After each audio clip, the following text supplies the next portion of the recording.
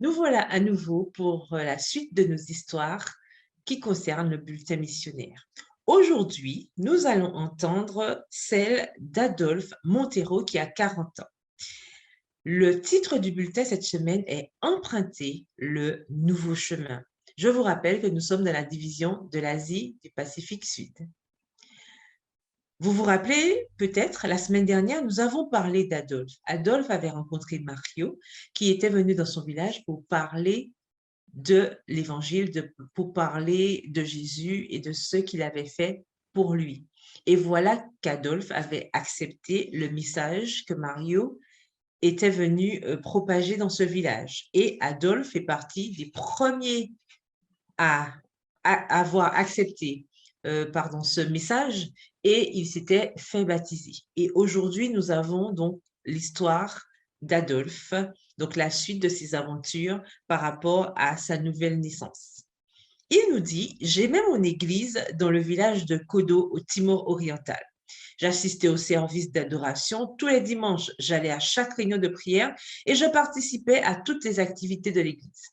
Donc, à ce moment-là, Adolphe, était en train de cheminer avec Mario, donc il n'avait pas encore pris sa décision de se faire baptiser. Et c'est ce qu'il nous raconte en ce soir. Puis, il a rencontré Mario, il nous dit, et en visitant sa maison, il dit qu'il vivait dans un village lointain. C'est ce que Mario lui avait dit, mais qu'il avait été envoyé dans son village en tant qu'ouvrier biblique bénévole de l'église adventiste du 7e jour.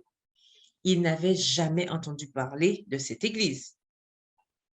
Mais Mario raconta à Adolphe comment il avait trouvé la vérité biblique concernant le sabbat du 7e jour et comment il avait décidé de se joindre à l'église adventiste du 7e jour.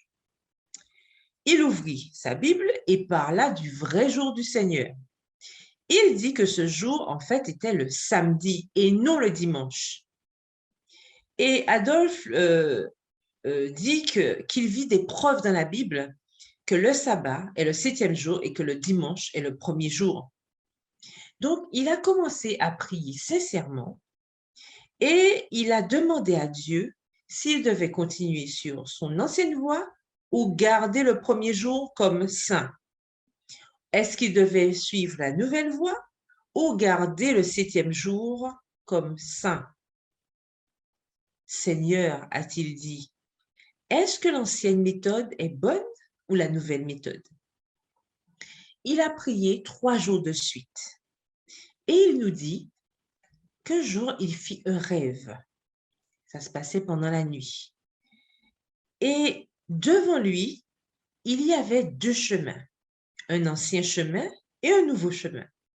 Et quelqu'un se tint devant lui et lui dit, il vaut mieux que tu suives le nouveau chemin et que tu abandonnes l'ancien chemin. Et le matin, il nous dit qu'il se réveilla et il pensa à ce rêve. Cela lui semblait si réel. Et ce jour-là, Mario est revenu voir Adolphe. Et vous vous rappelez, Mario travaille dans les différents jardins de la communauté et il a invité Adolphe à venir travailler avec lui dans le jardin de son ami Angelo. Et pendant qu'il travaillait, Mario partageait la parole de Dieu avec lui et bien sûr avec Angelo. Et il parlait toujours de la Bible pendant qu'il était avec les villageois dans leur jardin. Et bien sûr, ces villageois aimaient l'entendre parler de Jésus. Mais Adolphe nous dit que les paroles que Mario exprimait ont touché son cœur d'une manière particulière ce jour-là. Et il lui a demandé des études bibliques. Et après avoir été baptisé, quelques mois plus tard, il enseigna aussi ces paroles bibliques à sa femme. Et elle aussi, elle fut baptisée avec des membres de 2 autres familles de son village.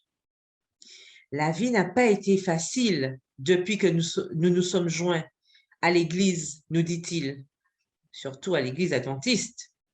Plusieurs années après le baptême de sa femme, son frère, un dirigeant de leur ancienne église, a exigé que sa sœur puisse abandonner cette foi, donc la foi adventiste. Et il a même frappé sa sœur devant son époux, donc Adolphe. Et son frère lui a dit, « Seul ton mari peut se convertir à cette religion. Tu ne peux pas le suivre. » Mais la femme d'Adolphe a déclaré à son frère qu'elle avait l'intention de suivre ce nouveau chemin. « Je suis déjà mariée et j'ai une famille, dit-elle. Mon mari est le chef de famille. S'il est sur le chemin que je dois emprunter, j'irai avec lui jusqu'au bout du monde. » Et donc, forcément, à cause de cela, Adolphe nous dit qu'ils ont subi de fortes pressions de la part de leurs proches. Mais Dieu a été très bon envers eux. Dieu a été très bon envers eux. Et sa femme et lui, ils ont prié pour leurs parents, pour la mère d'Adolphe et 2 de ses frères et sœurs qui finalement se sont joints à l'Église adventiste. Nous disons amen à cela.